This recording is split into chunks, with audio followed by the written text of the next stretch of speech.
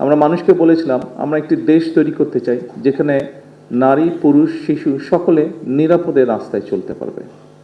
আমরা মানুষকে যখন স্বৈরাচারের বিরুদ্ধে ফ্যাসিবাদের বিরুদ্ধে আমরা আন্দোলন করছিলাম তখন আমরা বলেছিলাম যে আমাদের উপরে যেরকম অত্যাচার নির্যাতন হচ্ছে, যেরকম গুম খুনের শিকার হচ্ছে রাজনৈতিক দলের নেতাকর্মীরা, আমরা চাই দেশে এমন একটি রাজনৈতিক পরিস্থিতি হোক যেখানে আমরা ডিবেট করব, কথা বলবো, কিন্তু এরকম পরিস্থিতি আমরা তৈরি হতে দেব না। এরকম অনেকগুলো আমরা কথা বলেছিলাম। প্রিয় নেতৃবৃন্দ, যেই কথাটি বলছিলাম, যুদ্ধ একটি শেষ হয়েছে, এখন আরেকটি যুদ্ধ শুরু হয়েছে। কি সেই যুদ্ধ?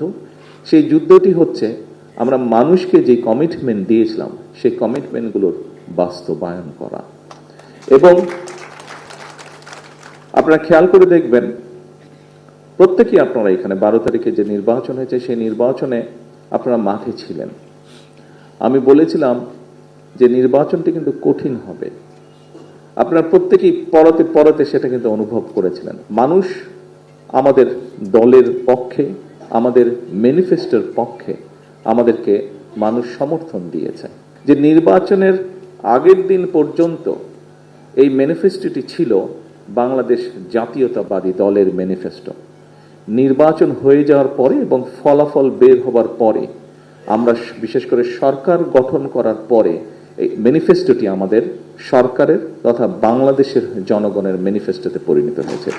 কারণ 52% মানুষ যারা ভোট দিয়েছে, 52% মানুষ এই ম্যানিফেস্টোর পক্ষে রায় দিয়েছে। কাজেই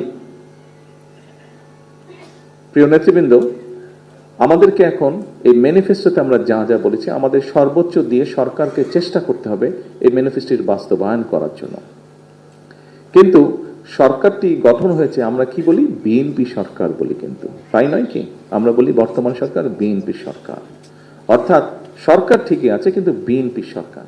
সেজন্য বিএনপি যদি সহযোগিতা না করে অনেক ক্ষেত্রেই সরকার সফল হতে পারবে না।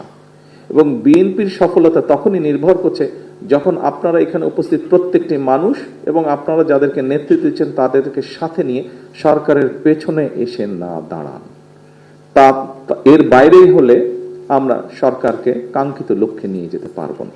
সেজন্যই উপস্থিত সকল নেতৃবৃন্দ আপনাদের সহযোগিতা প্রয়োজন।